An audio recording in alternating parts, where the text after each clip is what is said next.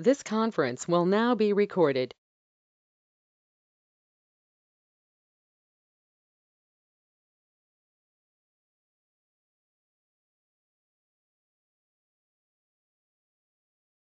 Very good. Good evening and welcome to the June 5th, 2024 South Whitehall Township Board of Commissioners meeting. I will call this meeting to order. We have all commissioners present this evening. At this time, I would ask you to all please rise and join me in the Pledge of Allegiance. I pledge allegiance to the flag of the United States of America and to the republic for which it stands, one nation, under God, indivisible, with liberty and justice for all. Thank you. I'd like to announce that all public sessions of the South Whitehall Township Board of Commissioners are electronically recorded, filed, and posted on the Township website for public access. At this time, I'll ask our Township Manager, Tom Petrucci, to please review our public virtual meeting rules. Thank you. The public virtual meeting rules are as follows. Courtesy of the floor for non-agenda items will be at the beginning and end of the agenda. Public comment will be limited to 5 minutes per speaker. For all listed agenda items, the board president will call for courtesy of the floor prior to the Board of Commissioners taking action on that specific agenda item. For in-person attendees, please raise your hand to be recognized, then move to the podium when directed. You will be asked to state your name and address for the record and may then proceed with asking your question. For those participating virtually, please mute your microphone or telephone to avoid any background noise that may cause interference during the meeting. The chat box feature will be active throughout the meeting. If you have a comment or question, please type your full name and address into the chat box. The staff member monitoring GoToMeeting will then unmute your microphone and you will have the opportunity to comment or ask a question. Thank you. Thank you, Tom. I would also like to announce the Board of Commissioners met in executive session prior to tonight's meeting and also on May 23rd of 2024 to discuss legal and personnel matters. Moving on to agenda item 3, courtesy of the floor. This is opportunity for any member of the public to approach the board and comment on any non-agenda items. Is there anyone present this evening who would like to approach the board? Is there anyone online? Hearing and seeing none. Move on to our meeting minutes. May 15th, 2024 have been distributed to the board for your review. Are there any comments or questions? Do I have a motion to approve? So moved. Second. Motion is second. All in favor? Aye. Aye. Motion carries. Agenda item 5 is presentations. We do have 3 presentations this evening, but I am going to do a little bit of a change. We're going to move up the 3rd presentation, which is acknowledgement of retirement of our Public Works Utilities Foreman, it's hard to call you Russell Rusty Held. So if we would please, I'm going to ask our Director of Township Operations, Herb Bender, to begin this presentation. Thank you. Russ, I want to start off with saying thank you for the last, I've been here 5.5, going on 6 years. Got to work with you. I know overall you had 28 years of service with the utility division. I'd like to start out, I know you started out as a laborer and moved up through the ranks all the way to a crew leader. We are losing a lot of internal knowledge of the water system, along with the sewer system as well. I'd like to personally thank you. I know every time I had a call out for a main break, a sewer backup, we always called you. You were always available. And again, that goes a long way to show your dedication to the township for 28 years in the utility services. Again, I want to thank you for when we called in the middle of the night when we got a snow squall for the plowing. I know that was your favorite one to do. Salting events, you were always available for us. I thank you very much for that. You did a great job with working with the crews. Again, when we get called out in the middle of the night, December, 2 degrees, freezing, and water flowing, you were always available for us. I would also like to thank you for your volunteering at Woodlawn Fire Station for 41 years of service, as long as being the chief for 21 years. For your 28 years of service here with the Utilities Department, along with your 41 years at Woodlawn, it shows your true dedication to South Whitehall Township. And I want to personally say thank you for everything you've done, for everything you've taught me to help me get to where I am today with everything. So I want to just wish you the best of luck in your retirement, Russ, and thank you for everything.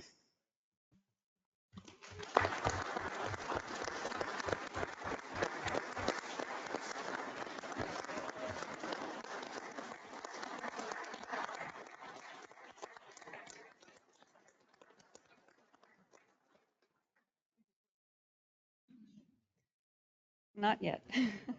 Herb, thank you for those kind words. It's hard to follow that. I have a proclamation to read, but just on a personal level, Rusty, all of your brothers and sisters here in the fire services are here tonight because of you, because of who you are and your heart for this community. And I personally want to thank you for the dedication that you've shown to serve and for your family, the sacrifices that I know that your family have also endured for you to give of yourself so freely to this township.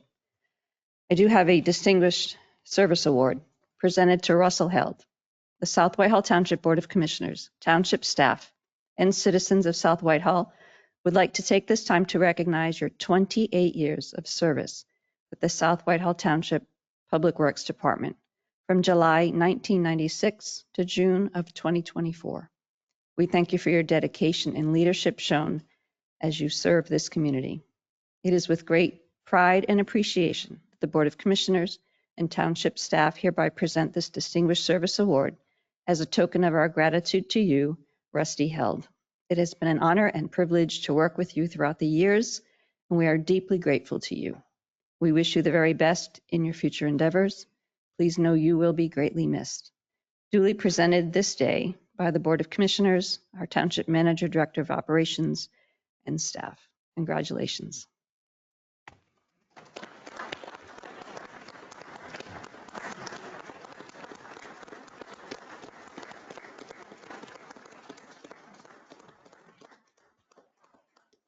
We all step down and take a photograph.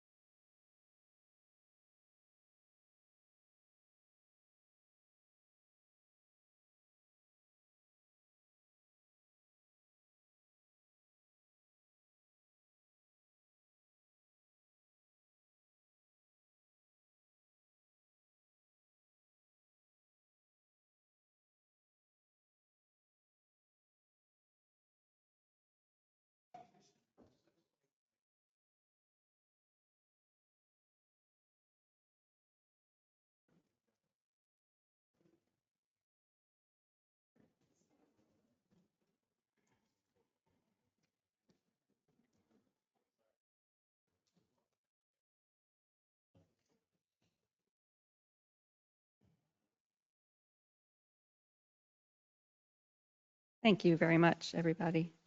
Moving on to presentations. We have a presentation this evening by Herbine and Company of our 2023 audited financial statements. And I would like to introduce Megan Thompson from Herbine.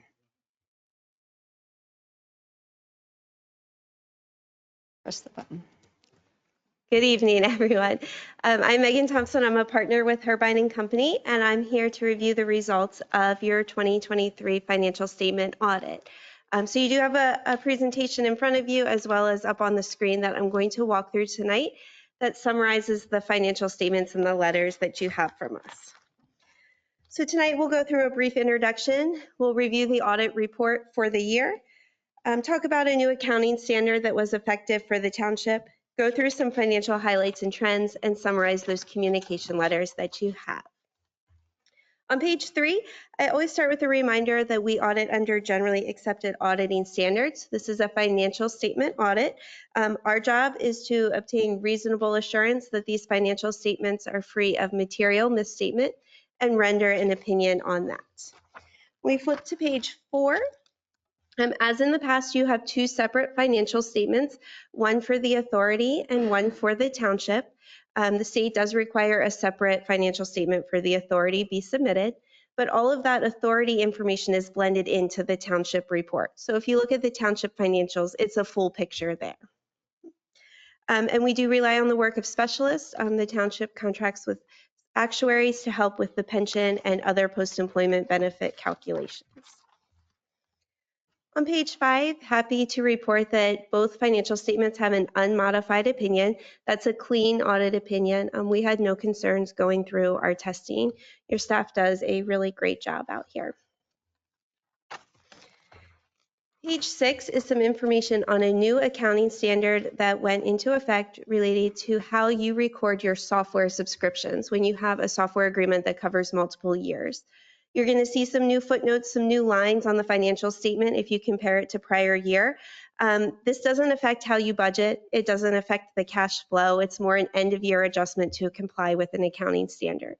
So if you're comparing year to year and you see the difference, it's because we had this new standard that we had to do more disclosures on how your software agreements are out there.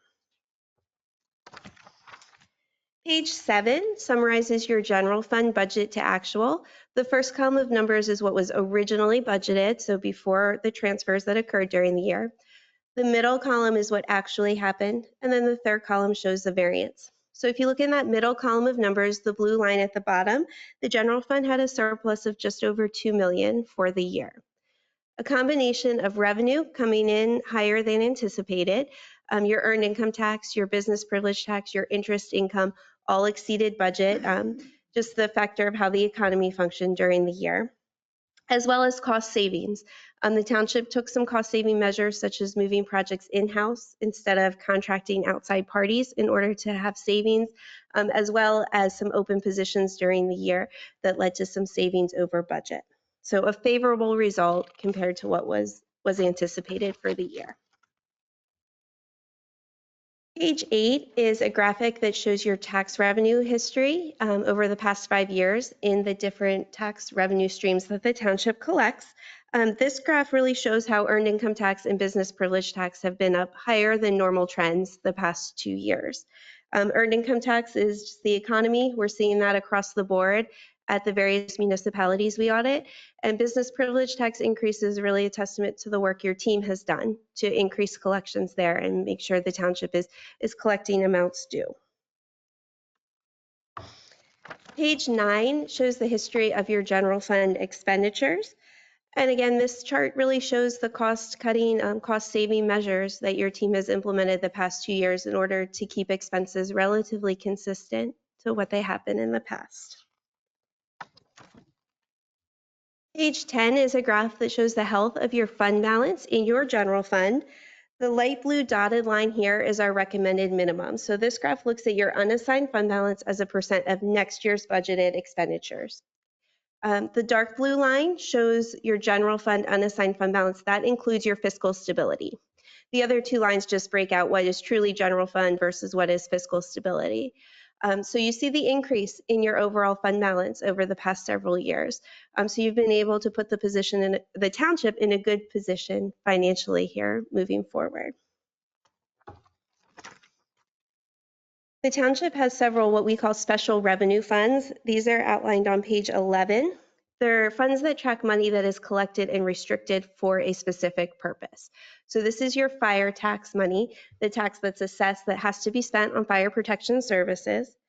Your state highway aid fund, which is money that comes from the state under the liquid fuels tax that has to be spent on highway and street purposes.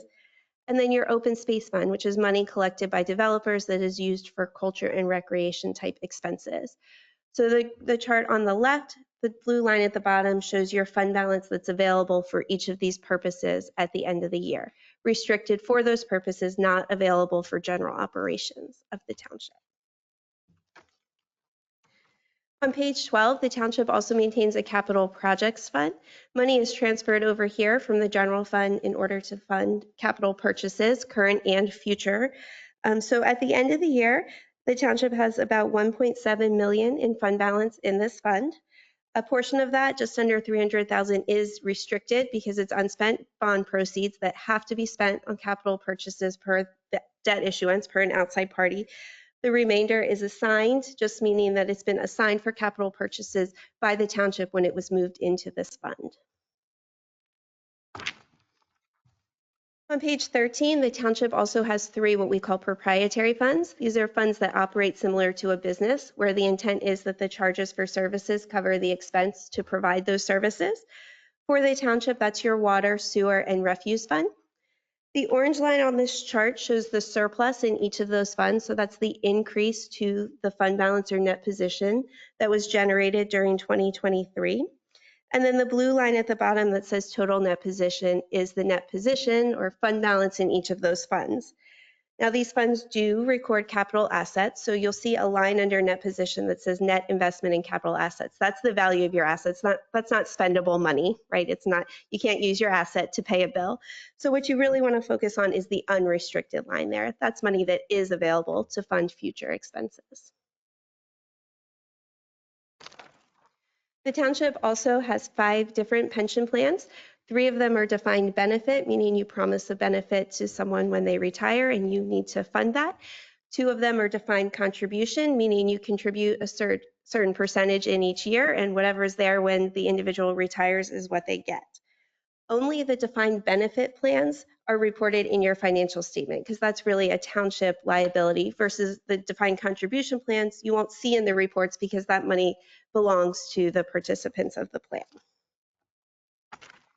Page 15 shows some charts related to the defined benefit plans. The top chart shows the total pension liability. So what's promised in future benefits.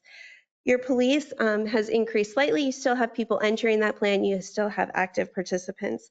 Public Works in office has been closed to new employees. New employees now enter that defined contribution plan. So that's why you've seen that liability stay relatively flat.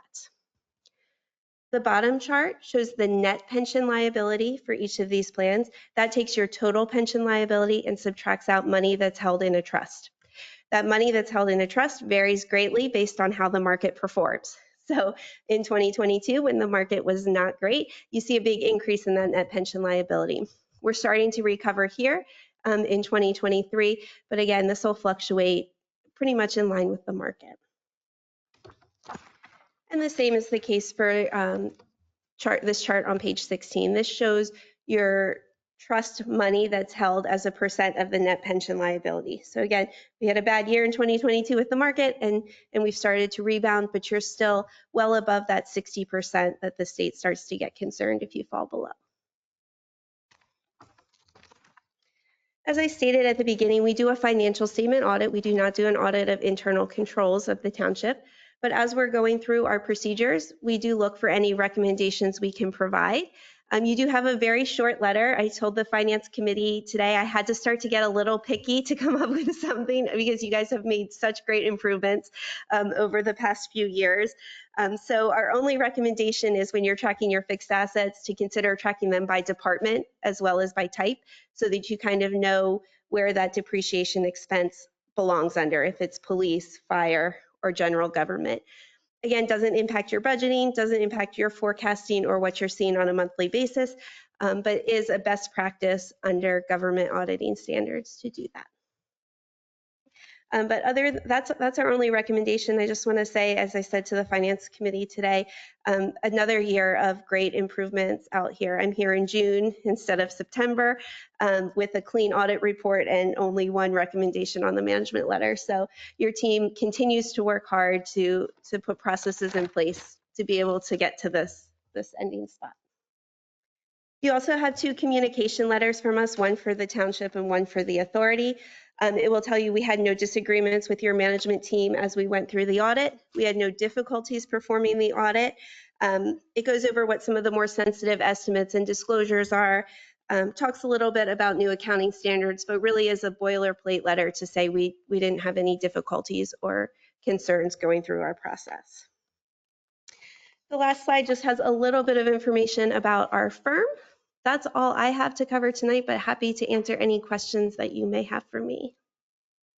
Megan, thank you for that presentation and for working with our staff and management to compile and have this audit presented in June. It's wonderful.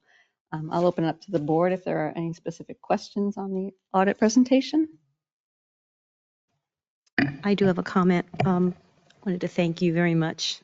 It's nice to have the continuity of Herbine going forward. I also wanted to thank our management, our department heads, and our staff for doing such a great job. We have come such a long way in a few years. So thank you for all your hard work. And I love where it says expenditures under budget by 7.5%. It's a real testament to our management, our department heads, and our staff for handling our taxpayer dollars accountably and respectfully. And I appreciate that. Thank you all so very much. Did you have any comments before we move? I do. So while the entire finance department all played a role in the successful audit report, I wanted to take a moment to specifically recognize the individual efforts of Kristen Blahnik, who was in attendance. She's our fund balance and reporting specialist, for her contributions to this clean audit and positive fiscal bill of health. Kristen answered the challenge when the township needed her to take on a more active leadership role in overseeing the township's accounting and audit processes the past 18 months.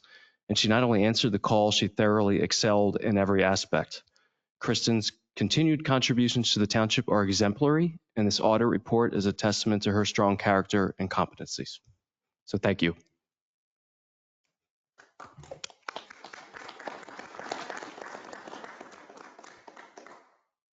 I just want to thank our township manager for preparing the management discussion and analysis. For those who may not be familiar with it, in the past, some of the audits that we had didn't have that component, and Tom's done a really wonderful job of compiling the data in a smaller format than the full audit, but it's very good information that summarizes the financial health of the township, and I would encourage our citizens to review that information on our township website along with the audit. I do want to commend our township manager, Tom Petrucci, Herb Bender, Director of Operations, Tricia Dickert, Director of Finance, Kristen, and your entire team. But it goes beyond that. As Monica stated, with the expenditures and revenues, the wonderful reporting we heard tonight, it's every day, it's each department, it's each employee working together, pulling together as a team. And I want to commend all of you for just representing this township so well and spending the money that the taxpayers pay so carefully. And you all should be very proud, because I certainly am, of the progress that this township has made. So I want to thank you all for that, and we're grateful to all of you. Are there any other comments from the board? Are there any public comments on the audit before we close? Is there anything online? Megan, again, thank you very much. Wonderful news, and we look forward to seeing you again next year. Thank you all. Thank you.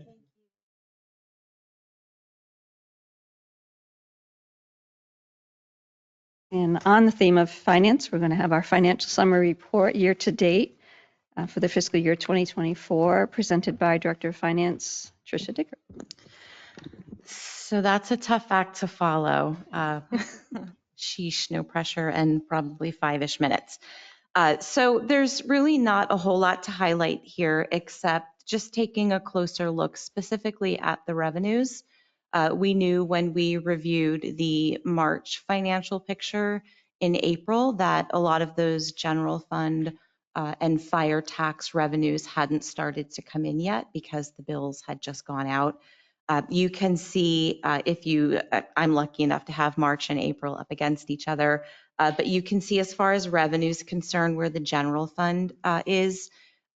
March 2024, end of March 2024, we were looking at 11.7 of estimated general fund revenues. And if you look at this report, you can see that it's shooting up because at this point, those tax due dates are approaching, so the money's starting to come in.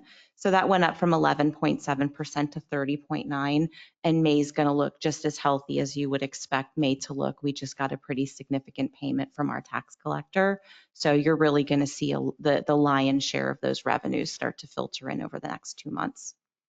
Same with fire for the same exact reasons. So I won't bore you with the percentages, but 1.3, back in April when we spoke the middle of the month versus the 20.91 right now. Projects are starting to get underway, so you're going to start to see some of those expense numbers jump up a little bit. Again, the first quarter, I think, sometimes you're kind of just feeling out some of these projects, waiting for them to come in. So we'll start to see those go online over the course of the next few months. Fast forwarding down to State Highway 8, I know we talked about this last time, that we're already at 100.3%, 100.4 because we've already received the bulk of those funds. Those are pretty much the highlights. I'm happy to answer any questions that any of you might have. Thank you, Tricia. Are there any questions of the board? Any questions from the public? Hearing and seeing none. Tricia and Kristen and all in your department, thank you for working so diligently, and we appreciate this presentation tonight. I'm sure that we all appreciate the kudos, and I will be here for budget season and audit season next year. That's going to be my year. So there we go. Very good news. Thank you very much. Thank you. Moving on to agenda item 7A, ordinances, consideration of adoption and ordinance amending Chapter 274, sewers and sewage disposal in the codified ordinances of the Township of South Whitehall to establish Part 6 titled On-Lot Sewage Disposal and providing for definitions, designation of Township Sewage Enforcement Officer, general requirements, application procedures, and permit issuance, new sewage systems, repair sewage systems, general department requirements, inspections, application and review fees, revocations and reinstatement of permits, review of revocations and denials, waiver of liability, nuisances and penalties, severability, failure to enforce, not a waiver, repealer, and an effective date. I'll ask our Township Manager, Tom Pertucci, to please present this agenda item. Thank you.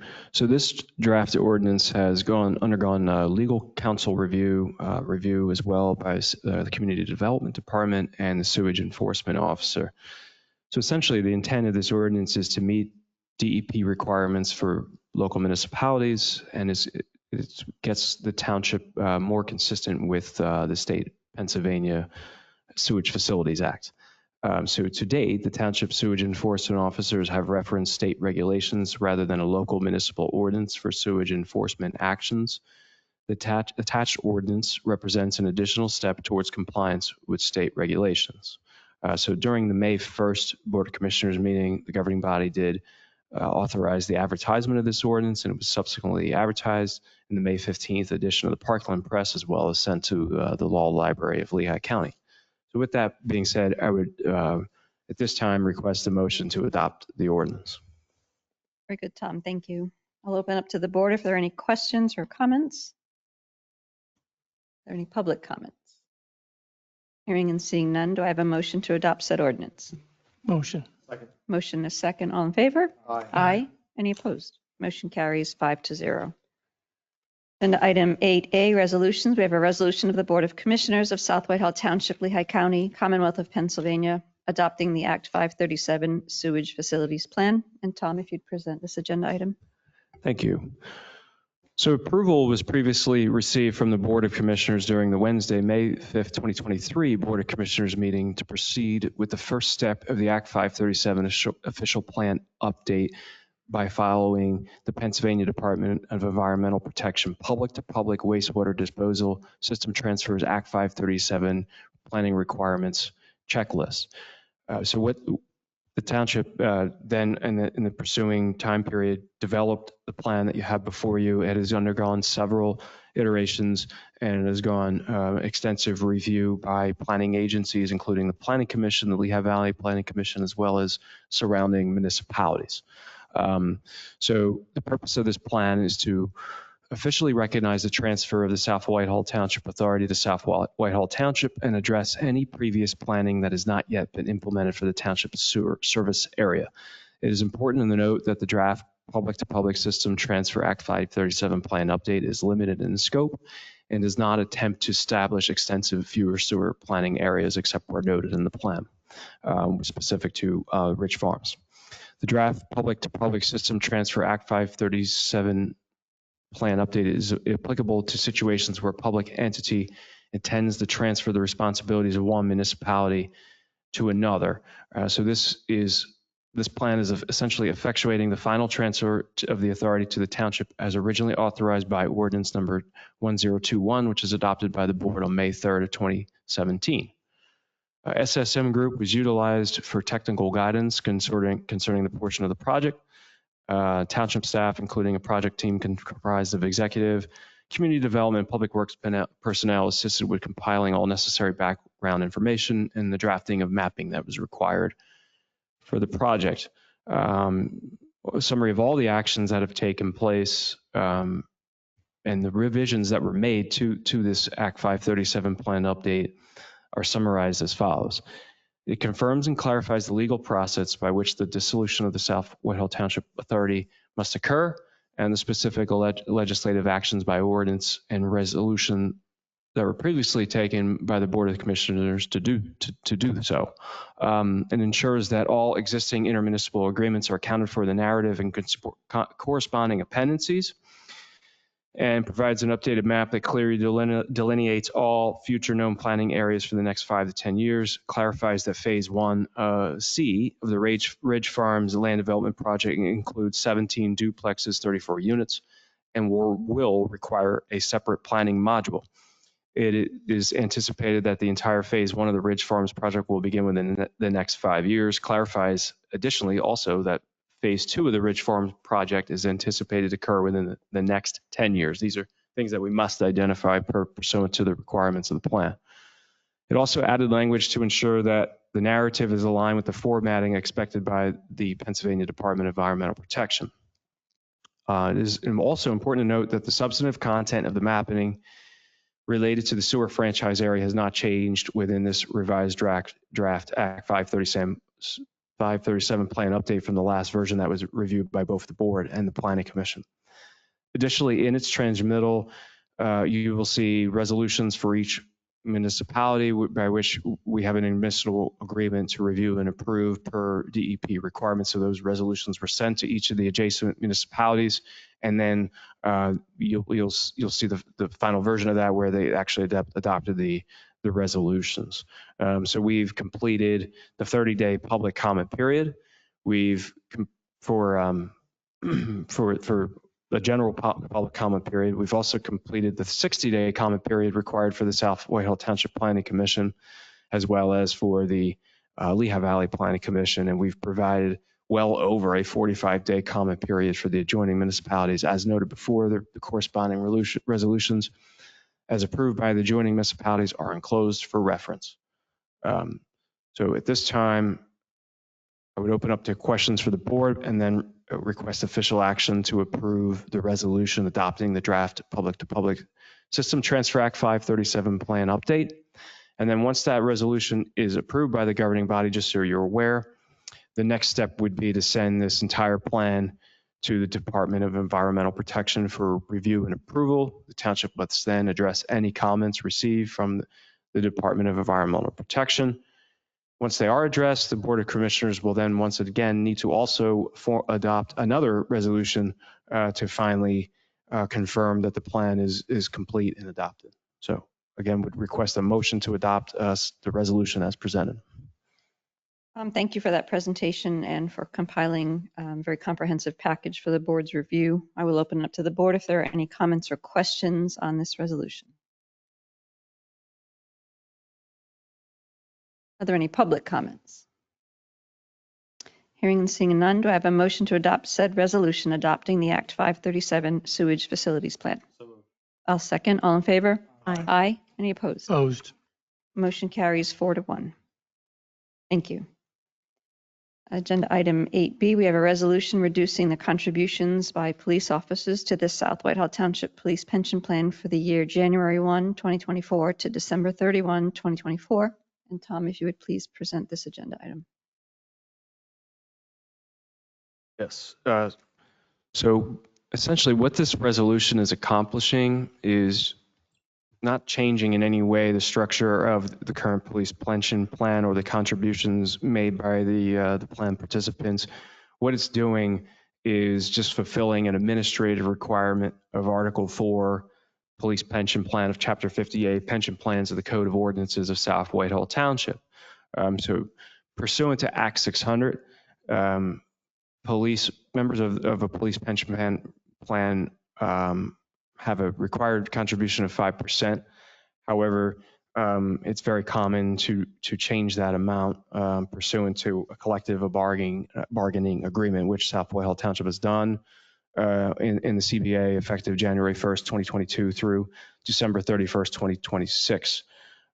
So for the fiscal year 2024, the required contribution of the police plan participant members is 2.25%. So this resolution simply memorializes that requirement. So I would seek a motion to approve the resolution as presented. Very good, Tom. Thank you. Are there any board comments or questions? Any from the public? Do I have a motion to adopt said resolution to reduce the contributions by police officers to the South Whitehall Township Police Pension Plan for the year January 1, 2024 to December 31st, 2024? We have a motion and a second. All in favor? Aye. Any opposed? Motion carries 5-0. Thank you, Tom. And Just, yes, we just did it for 2024. Do we have to do this for every year? Yes. So what we're going to do going forward is put it on the first agenda of each year. very good. Agenda item 8C, we have a resolution of the Board of Commissioners of South Whitehall Township to submit an application to the Pennsylvania Department of Community and Economic Development 2024 Pennsylvania Gaming Local Share Account, Lehigh Northampton County's grant program to provide funding to be used for the West End Water District Rehabilitation Project. And I'll ask our Director of Township Operations, Herb Bender, to please present. Thank you. Public Works Utilities is requesting to submit a LSA grant application for the Kmart and 41st Street well stations to be upgraded. The total for the grant application is $100, which is non-refundable.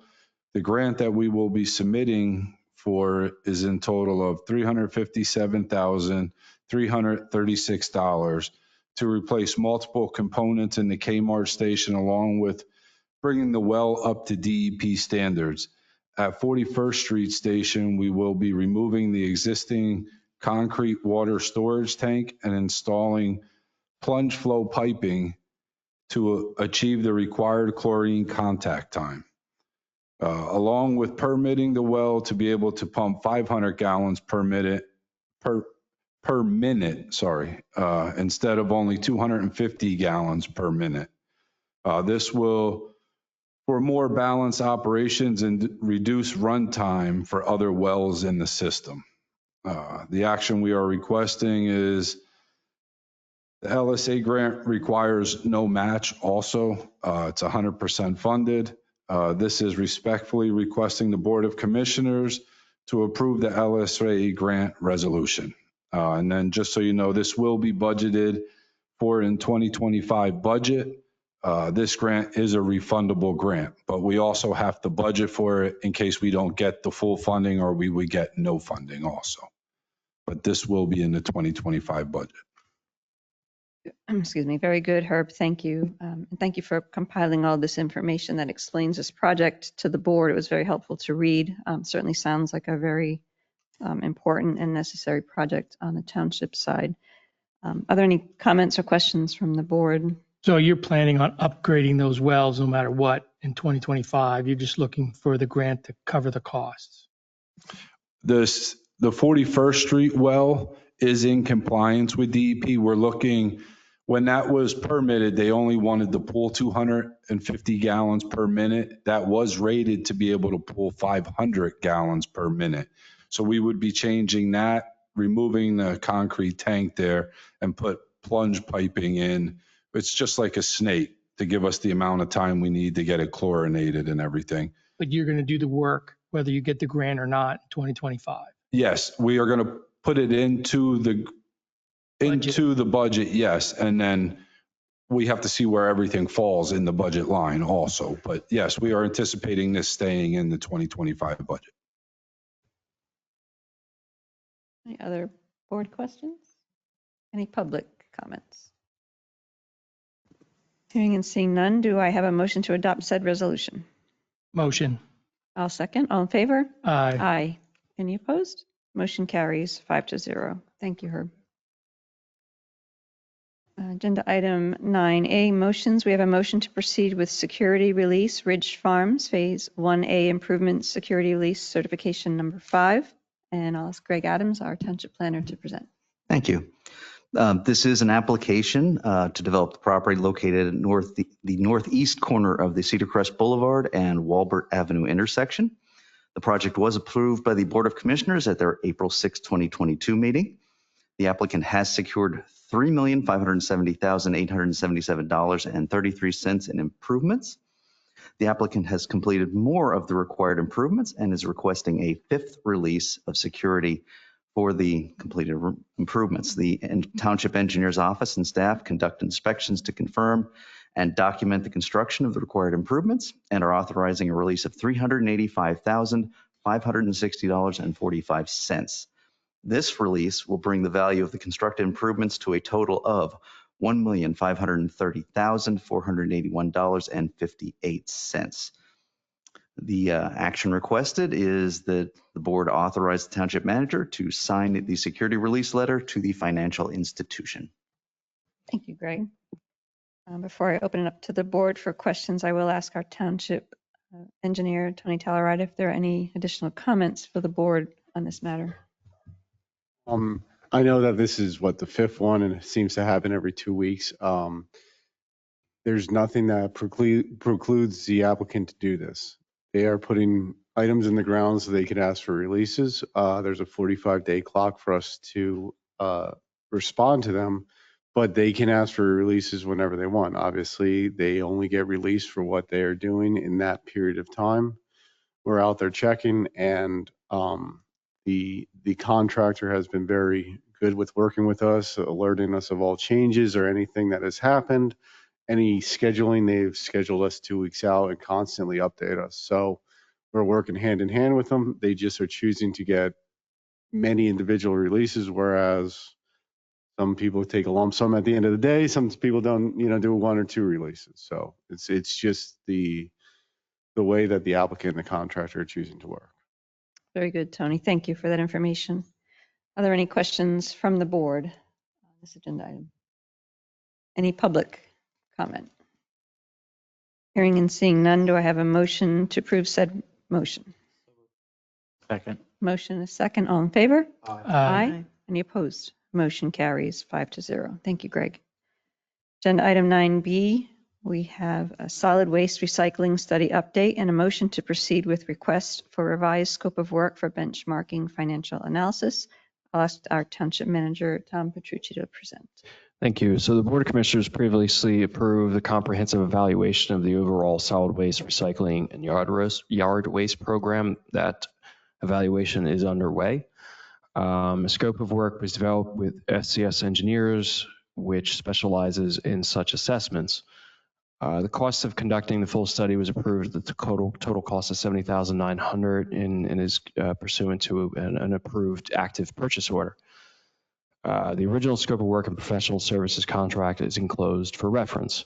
In the interim time period since the approval of the study, the routing study, which included an in-person review of the current haulers, JP Mascaro's collection route, and scale ticket data, has preliminarily shown that the current route is generally efficient, to be confirmed with further reconciliation and review of the data, and is recommended by the consultant to slightly revise the scope of work to include a more comprehensive fiscal analysis, which would also include a benchmarking study, as set forth in their memorandum. So essentially, what we would be doing is just ensuring that the township, that the payment that was that the contracted price as set forth by Mascaro, that it essentially we're looking to reconcile that it's in line with the cost paid by other communities. So past contracts as well as future contracts for comparable municipalities. Very good, Tom. Thank you. What is the timeline for this portion of the study? So the overall study, we're hoping to wrap up everything by August. There was a slight delay in receiving the scale ticket data. So that has since been reconciled, and we should be ready to have recommendations before the Board of Commissioners by August. Very good. Thank you. I'll open up to the board if there are any comments or questions. I just have a quick question. So the route, just preliminarily, is okay, it's efficient. What about tonnage? Is that going to be in this very next step coming up? Yeah, they're reviewing all of that using the scale ticket data. Thanks. Any other board comment? Any public comment? Hearing and seeing none, do I have a motion to approve said motion? Second. Motion and a second. All in favor? Aye. Aye. Any opposed? Motion carries 5-0. And item 9C, we have a motion to approve copier lease with Fraser Advanced Information Systems for the term of 60 months at $665 a month. And Tom, if you'd present this as well. Yes. So basically, the intent of the new lease with Fraser Advanced Information Systems would be to consolidate 3 current leases into 1 lease. So we have 3 separate contracts for copiers that are used by the Finance Department, the Police Department, Public Works Departments, and all fire company locations. So the current lease costs the township $10,500 per year. With a new lease with Fraser, the yearly cost would be $7,980 per year. So that amounts to $2,520 cost savings per year. The purchasing department, Donna Zakaru, did receive quotes from other companies, and that was provided in your meeting packet. Fraser was actually the highest quote, but it still results in a savings. We can use Fraser with the highest quote because they are on co-stars, and it follows the township's purchasing policy. We recommend Fraser because they are local and because they have provided prompt service with their staff and the compressor supply. The other caveat to this is the model they proposed for their contract is a Sharp, and that is the preferred model from the users of the equipment. Very good, Tom. Thank you. Are there any comments from the board on this motion? Any from the public? It's always good when we save some money with consolidating leases, so thank you for bringing this to the board. Do I have a motion to approve said motion? A second. All in favor? Aye. Aye. Any opposed? Motion carries 5-0.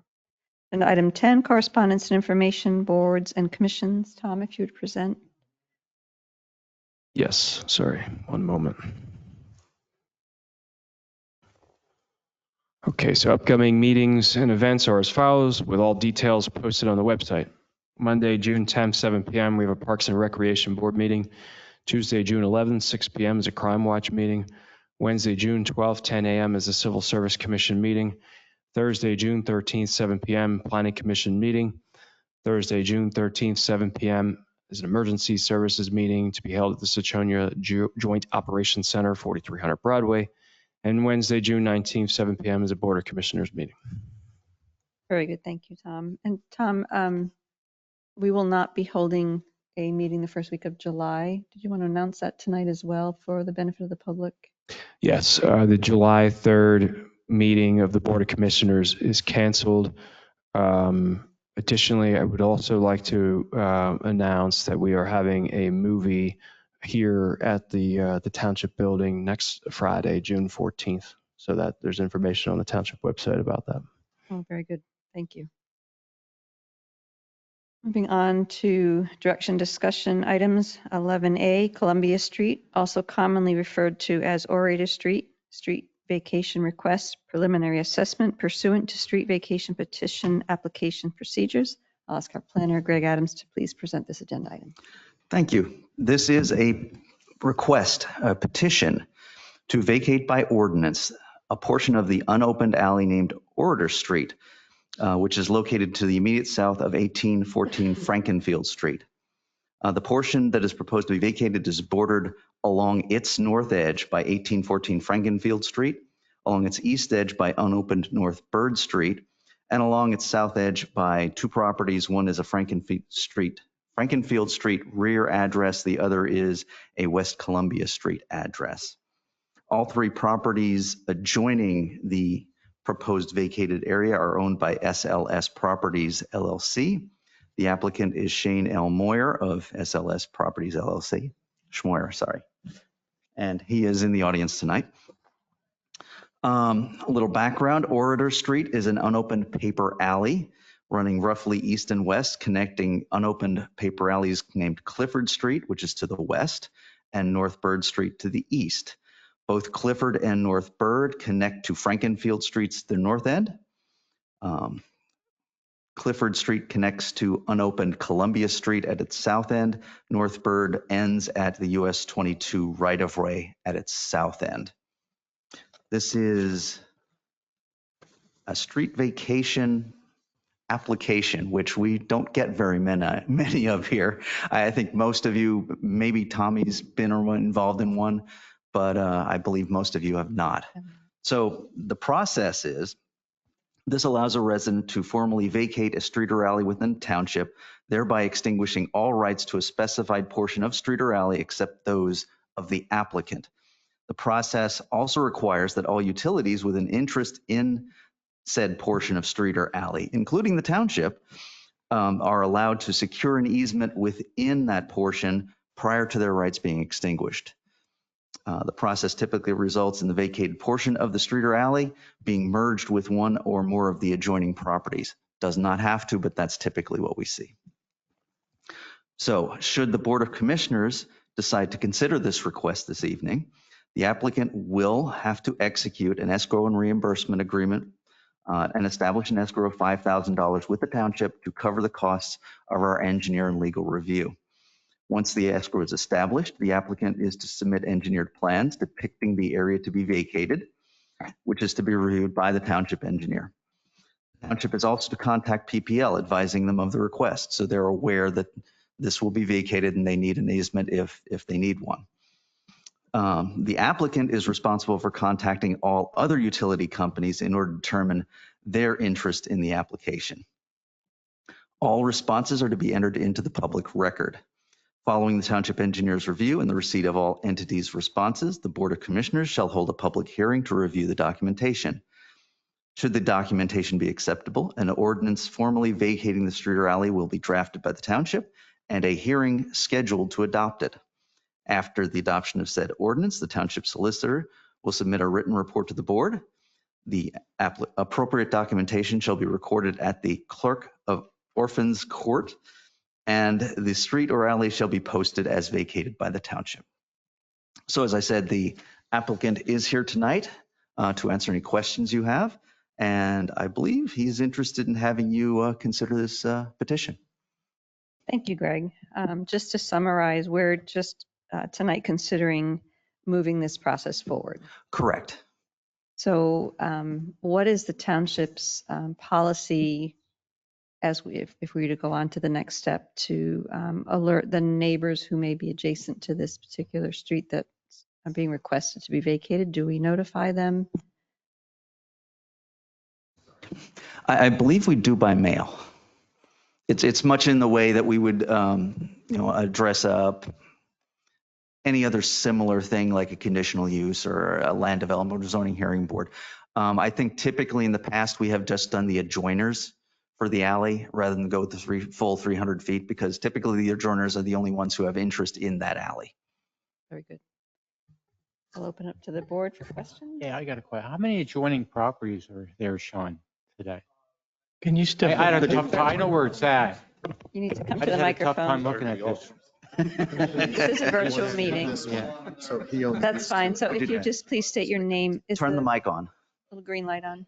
There you go. State your name and address so we can record it in the meeting minutes, please. Shane Smoyer, And the property in question is at 1814 Frankenfield Street. Thank you. Sure. And Tommy, your question? Yeah, how many, was just two?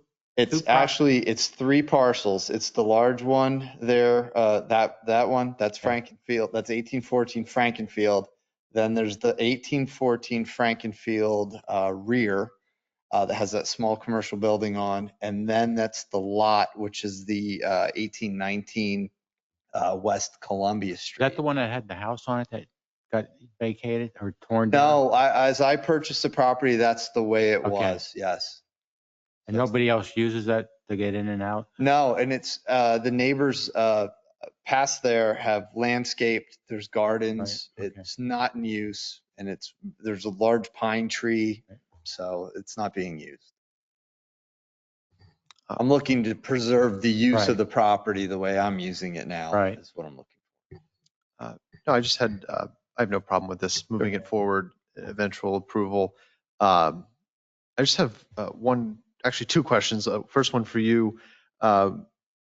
If this parcel is vacated, based on the memo, it seemed like he would choose which parcel it would become part of. Do you plan on having it?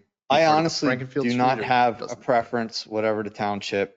And I also heard possibly that might be another parcel, which I'm okay with, whatever makes sense. Perfect. I can interject there. From a legal standpoint, what happens in a typical road vacation is that unless the underlying deeds from the adjoining property owners set the line differently, the vacation end result is that down the middle of the vacated area, the property owners on either side will take ownership. Right. So absent any kind of different arrangement, unusual circumstances, that would be the norm. And Solicitor Zader, would they become their own separate parcels, or would they become part of the? They would become a part of each of the 2 adjoining, in this case 3 adjoining properties, split down the middle of the alley. It would not be a separate standalone parcel. Thank you. Do they have to redo their deed then, Joe, too, and all that? I'm sorry, Tom? Every parcel has to be redeeded then also? That's a good idea. By operational law, it's going to happen automatically, but certainly having a deed modifying it is cleaner on the record. I don't know if the township protocol requires that or not. Legally, it's not required to make it a good vacation, but that's the norm. Right. There is something else I'll mention as well. First of all, does anybody have any questions to what a paper street is? Okay. Then the only other thing I would mention is that technically when a paper street, which is an unordained street, exists and it's being vacated like this, the public rights, the rights of the township, the rights of the public to traverse that area disappear by operation of the vacation. However, those who have ownership rights within the subdivision where that road was originally laid out technically have easement or access rights of ingress and egress. Now, as this gentleman has said, for the adjoining property owners, I'm sure that with the plantings that are there, presumably for 21 years or longer, pragmatically, there are no such rights. And if a tree is here preventing ingress and egress, probably no such rights. But you're only, by taking vacation action, only eliminating public rights. It's up to property owners to deal with those private rights, which technically may already be extinguished by operation of law, but it's not a township issue technically. Just for clarification on that point, those rights, would they extend to the entire subdivision if somebody lives on Helen or Stanley, or would it only extend to individuals who may have to cross that property to access? No, private rights they would belong to everybody within that original subdivision, whether that subdivision was 3 lots or 2,003 lots. So I do have a question too. I have no problem with this, but I just want to understand it a little more. If you decide you want to sell all those parcels, are there any negative effects, or does it become the property of, like we said before, the people who are in ownership of them? The latter. Yeah, there's no adverse to this, especially if he updates his deeds, which in discussions with the county, I'm hearing that they may not change lot lines until an updated deed is put in. I mean, that depends on what the county states on that. But basically, he sells the lots either singly or all as a group. He'd be selling the property, and any rights that surrounding people part of the subdivision would continue. And if someone wanted to object or somehow claim their rights, they would have the chance to do that either through you or any following owners. Thank you. The only thing Greg, you said you're just going to send it to the surrounding people that touch these properties. But I also ask that you send it down to the folks that may have a request to open that paper alley at some time, so they're aware of it. Because the way I understand paper alleys, it's almost a free-for-all from our point of view, because we wash our hands in it and let them go at it. And they should at least be made aware of the proposal. I know you said it doesn't have to be 300 feet, but if somebody at the end of that paper alley should be aware that they're not going to be able to go down the other way if we vacate it, it becomes his property. Yeah, I was suggesting the entire block. Okay. So When you just said somebody touching, I didn't know if you meant the ones like down at the top of the T of that paper alley, include them as well. Included, yes. Yeah, anybody who could possibly within that block access it. That's who we would typically do with. Okay. And then by doing this, that one property, the Columbia Street property, then has no access. So I don't know what your future plans are, but we'll have no access to a road. So it really limits what could be on that property. Correct. Yeah, for my use, it makes sense for me to do that. I just don't want to lose that ability to drive in there. So that's the other thing I would ask that you consider, if there was a car fire at that address, that big white van starts burning and you give it an 1800 block of Columbia Street, they're going to look for smoke because nobody knows that Columbia Street, that's a Columbia Street address. exactly. So we put signage on the small building to show was we have it alarmed, and the police have had a difficult time finding that. Correct. So we tried to put signage up. Well, the one where that has the building, just next to 22, that has I think a Frankenfield address. There was one next to it where you have looks like a van and a couple of trailers. Yes. That's the Columbia Street address that, correct. Unless there was a nice ball of smoke, nobody would find it. Right. So we tried to make it aware with our alarm. I have the house. I have tenants that live in there. It's actually an employee of my own that watches over the property. So we're trying to be as careful with that as possible. I'm just saying I understand. if you combine them and put them all on a Frankenfield address, that would be wonderful. I got you. Oh, okay. I understand what you're saying. Yes.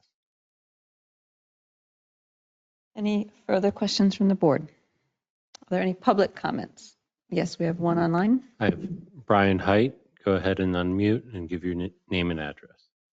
Brian Height, 1273 Eck Road. Looking at the materials online, I didn't see a requirement to follow the Pennsylvania Municipalities Planning Code.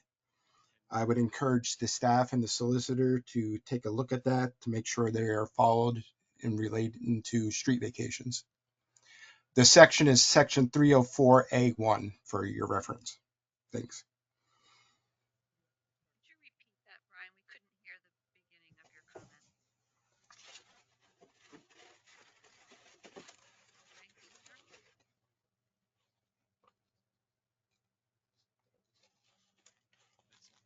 Essentially, we're basically saying we just have to check with the municipality's planning code section 304A1 to ensure that it's consistent with our current street vacation policy.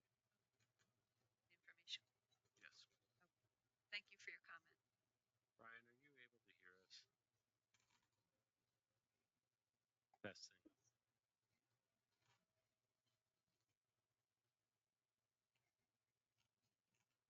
Testing 1, 2. Testing.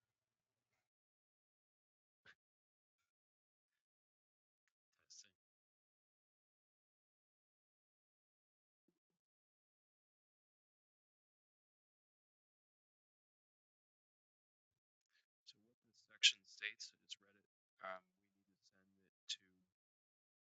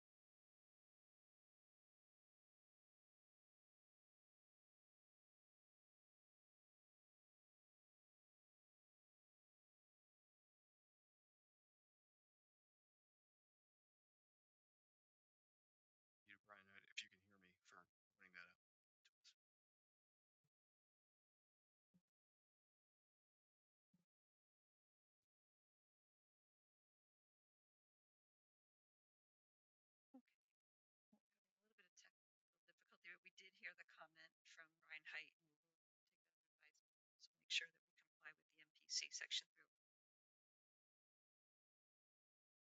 Other comments from the board?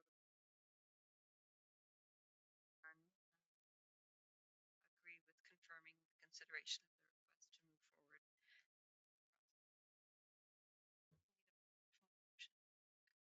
I think so, yes.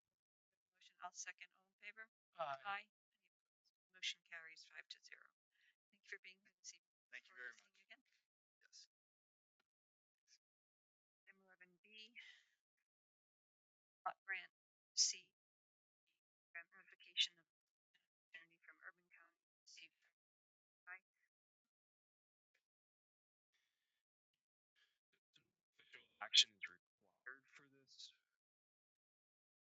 was aware that essentially what the county does is they administer the CDBG program, so the Community Development Block Grant Program, and then the Home Investment Partnerships Program. Um, so they receive an entitlement grant directly from the Housing and Urban Development Agency, as opposed to it going through the Commonwealth level through the Department of Community and Economic Development. So this has been in effect for a number of years at the county level as well as South Whitehall Township. And the township has traditionally just taken no action and allows the county to basically to continue the township to being included within the urban county program administered by the county. So unless there was unless there's a reason why you would not want to be included, so I don't see any discernible benefits to doing so at this time. Bringing this to our attention. Recommendation after to the contrary of what the recommendation of management is. For any public comment on that? Okay. Moving on to agenda item 11C, Lehigh Valley 2025 through 2028 Transportation Improvement Program Draft, South Whitehall Township update.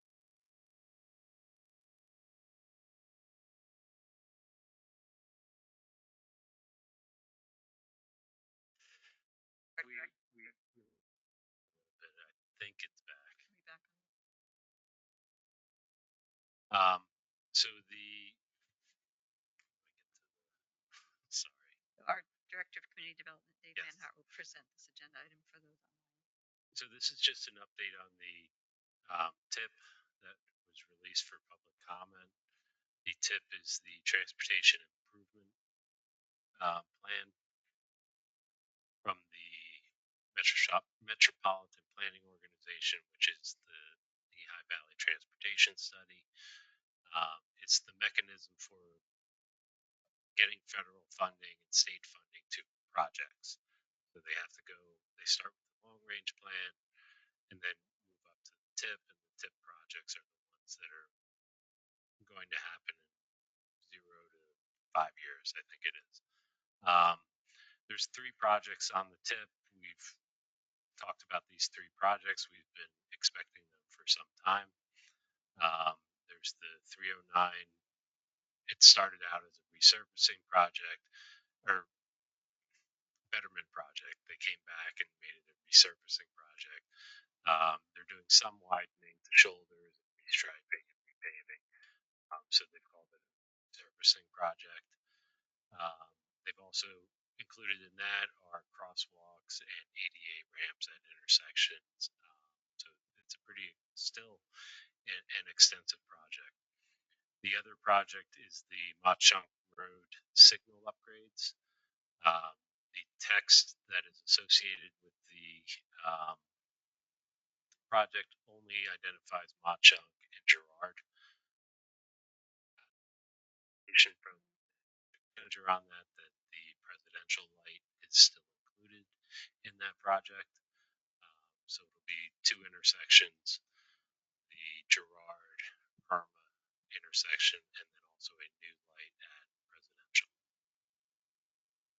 The other project is the 309 Tillman Street interchange project that we've heard and is ongoing. So those are the tip projects.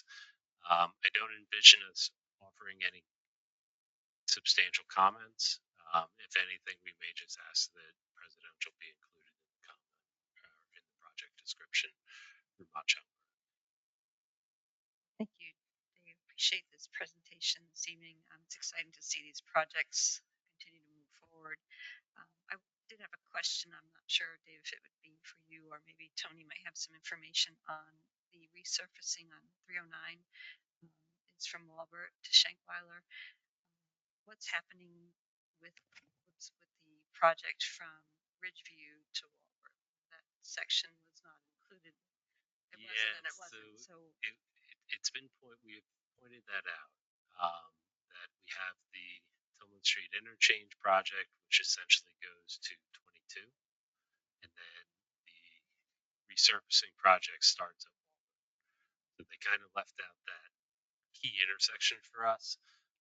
So when there was an open call for projects, I think it was last year when they were updating the long range transportation plan, we submitted that intersection as a project. And I believe it was put on the long range.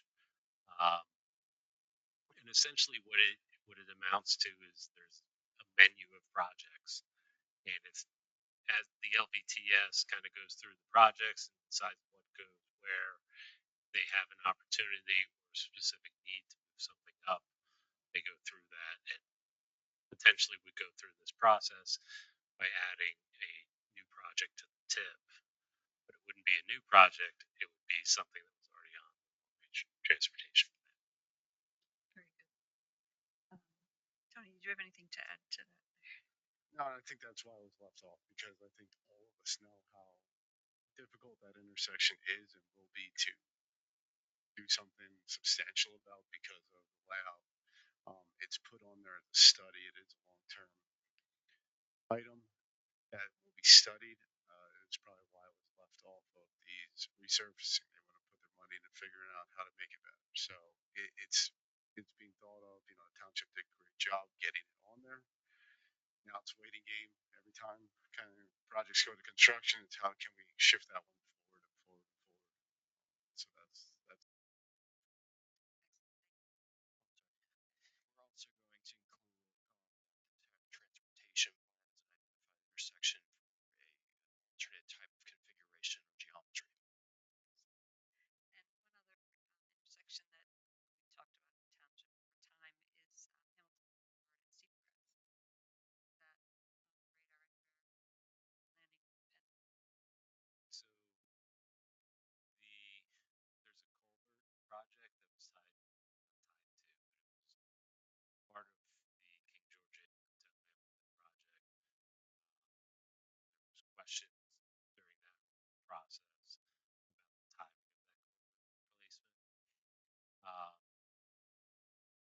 Additionally, there was a road safety audit that the PennDOT requested, the district requested for Cedar Crest. We were out there, we looked at that culvert, we informed the district engineer looked at it and saw that the road was actually being undermined. So I suspect at some point it becomes a maintenance issue. It may not make it bumped up because of that. And there were some other factors that may take that project and bump it into, there's some, I forgot what the term is, they have like region-wide projects, so it's like a money. Sometimes projects can get put into those specific, like a bridge project, like a bridge rehabilitation. So sometimes projects can get stuck into those buckets. So we haven't heard anything specific, but it is on the range plan.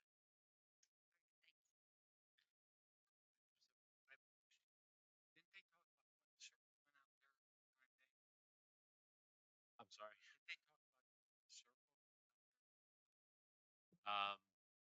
Roundabout. I don't recall a roundabout at the Hamilton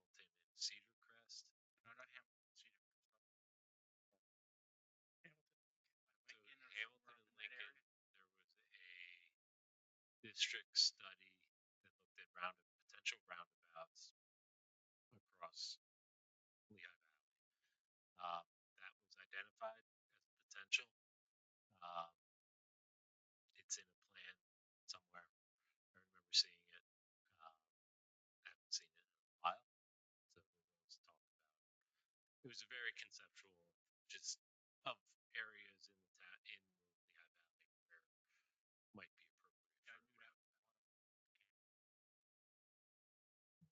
Just to have one additional comment. It's not related to this program, but since we're talking about intersections, Walnut and Cedar Crest, if you're heading west on Walmart, 2 traffic lights are sync.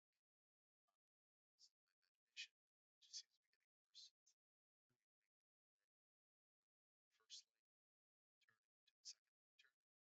Um, if you go through First light turn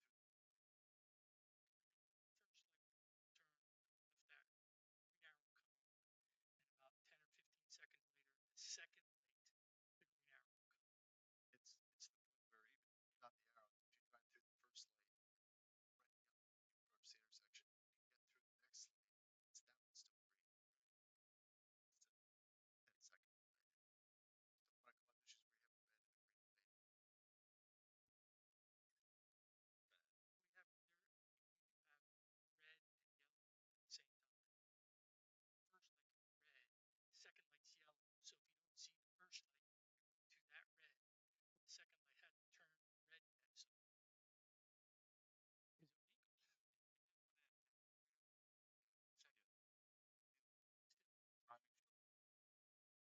Yeah, we can check that out. It was just recently confirmed to be in compliance with the timing signal. So we would have to, if it is in compliance the way it is, we would have to go through traffic to have it corrected. Yeah, I thought they've corrected it, but Something happened with timing because the other day, Cedar Crest southbound was at the top of the ridge, and all the other routes were proceeding. Each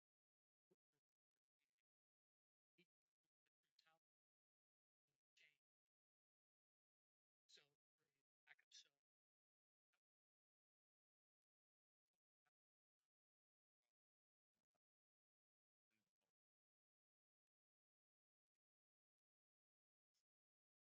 It would start with the confirmed.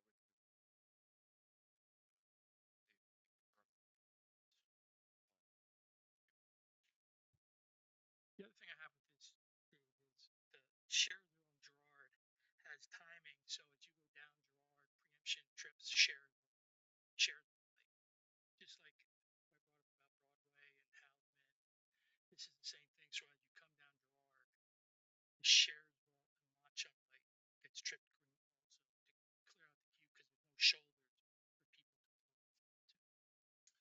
I know when we started the initial legwork for that, both of those intersections, that was brought up by the fire departments and also, so we did communicate that to PennDOT for this project, but we can double check to make sure that's going to be implemented. Very good. Are there any other comments from the board? And public comment? Very good. Moving on. only that we don't have audio. I apologize to the, if you have any comments, you can type them into the chat box if you can. We have no old business this evening, courtesy of the floor. Agenda item 13, again, opportunity for any member of the public to comment and any non-agenda items to approach the board this evening. Are you able to type into the chat if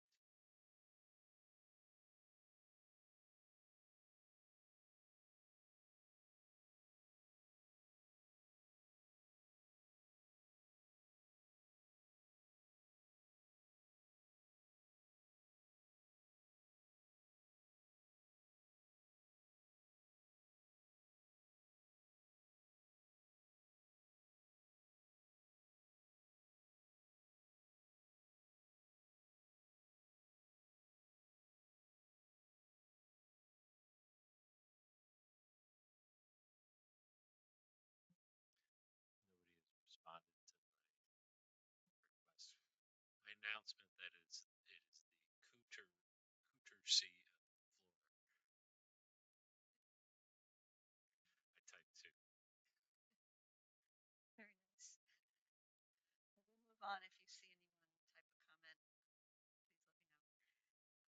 motion to authorize payment of invoices and disbursements? Second, all in favor? Aye. Any opposed? Motion carries. We have no executive session. We need a motion to adjourn. Motion is second, all